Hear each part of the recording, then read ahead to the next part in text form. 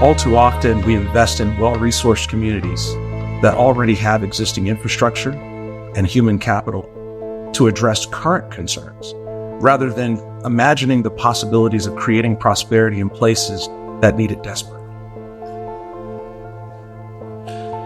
Generations of inequality have caused our society to miss out on authors, artists, entrepreneurs. As a business person, when I think about quantifying that loss, it's astronomical. And we do ourselves an incredible disservice to this very day by ignoring the elephant in the room. The elephant in the room is that our society is not equal. And those who have suffered the most, primarily Black American descendants of slaves, and communities of immigrants that come to this country that have not been afforded the same opportunities and open doors.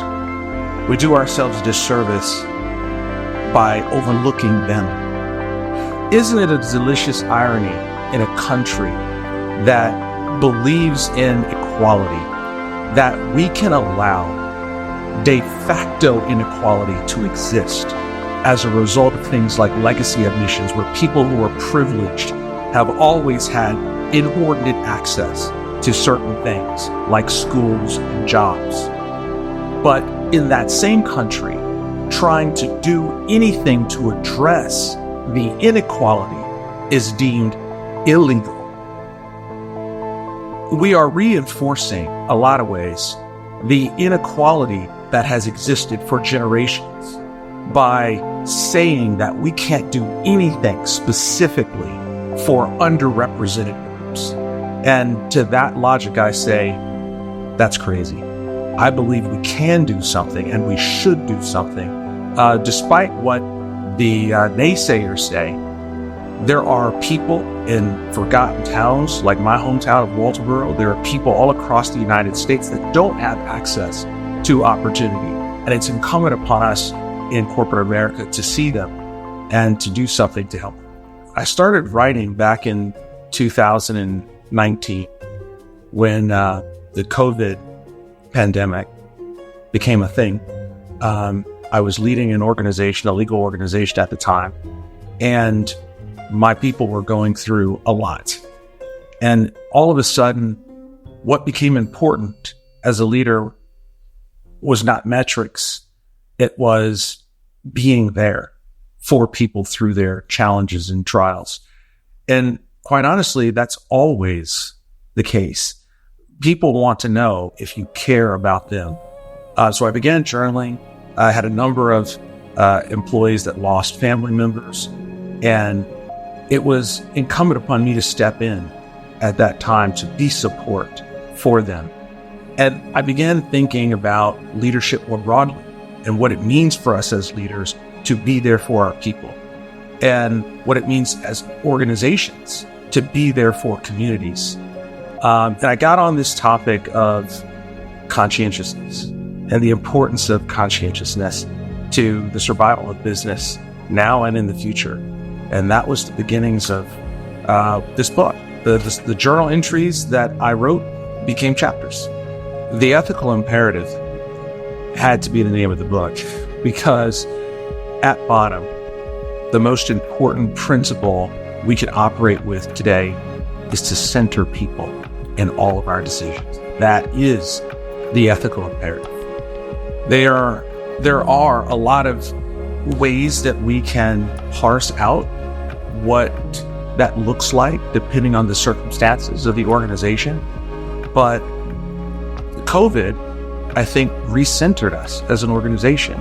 I think COVID recentered us as leaders in organizations to recognize that profit isn't the only thing that matters. I'm sorry, Milton Friedman, but profit for shareholders is not the only thing that matters.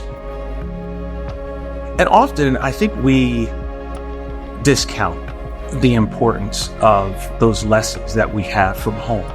I tell my mentees all the time, don't despise humble beginnings, because those humble beginnings have real value, and you see them. You see how they make a difference when you walk through doors in Silicon Valley and in large Fortune 500 companies. You can tell that the people who are rooted and grounded in real values, they approach work and they approach life, they approach relationships, they approach strategic decisions that we have to make differently than people who see life through the prism of a spreadsheet or through some privilege that was extended to them early on in life. When you've had to go through something, and you've had to dig deep for inspiration, it ultimately shows in the results and in how you embrace challenge. Improbably, I was not supposed to be here, but I had family that poured into me what they had, what little they had. It wasn't money. Money wasn't the difference maker. It was love. It was principles. It was faith. And each of those intangible things I leveraged through the experiences that eventually led me to where I am today. Faith is important to me in the work that I do, because at the core of faith are principles and foundations that, no matter the circumstances, you can always go to, you can stand on. These touchstones are unchanging, and they are applicable in every circumstance. And that translates for me into a roadmap for how to treat people and how to approach my work. When you operate without that kind of foundation, it's easy to change your view based on circumstances. And we live in a world where circumstances are changing so rapidly that it is impossible to predict how a leader is to respond if they don't have a foundation, if they don't have guardrails, if you don't have structure about what you will do and what you won't do, what you believe is ethical and what's, within the bounds of that ethics, then it blurs the lines. In the absence of that foundation, it blurs the lines between right and wrong. And I believe, and I think most executives believe, that there is a right way to achieve results. And Braxton and I saw firsthand the number of sponsors of NCPP started drying up. The number of folks interested in participating in the program as corporate trainers. And so we went so far as to have a conversation together about financing it ourselves, because we believe in the mission. It's all about principles for us. And so for a lot of organizations, you could tell it was just PR. It was not principled support. But that's okay, right? Because eventually you want to have with you on the journey people who really believe and really care and really want to make an impact. He and I do, and the folks that are still supporting the organization, they also truly believe. And so when all you need is a small group of determined believers in order to make a difference. And that comes straight from my heart, because I came from one of those places. Walterboro was under-resourced. And had we the same opportunities as the place I live now in East Cobb, we would be able to save a lot of lives as organizations, as society. And my sincere hope is that in this new era, this post-COVID world, organizations get back to the roots of what it means to be a neighbor in a community, and to lean into those communities by investing in schools, investing in programs, pipeline programs, like NCPP, like the program Braxton is working on. And through our collective efforts in the private sector, we can make a real difference where government has failed.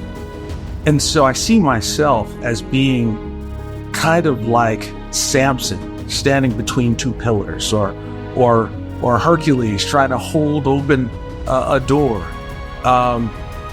There are not a lot of people that come from underprivileged environments in Fortune 500 companies. And my hope is that by encouraging these organizations to continue the good work of investing in communities and in people, we will have another generation of opportunity extended to someone who will then become a difference maker for all of us. I'm going to a future where I believe the arc of justice is bent towards equality. And I'm determined to be some small part of bending that arc. And my earnest hope is that we can raise up leaders who are committed to doing the same. I am standing in the gap for someone.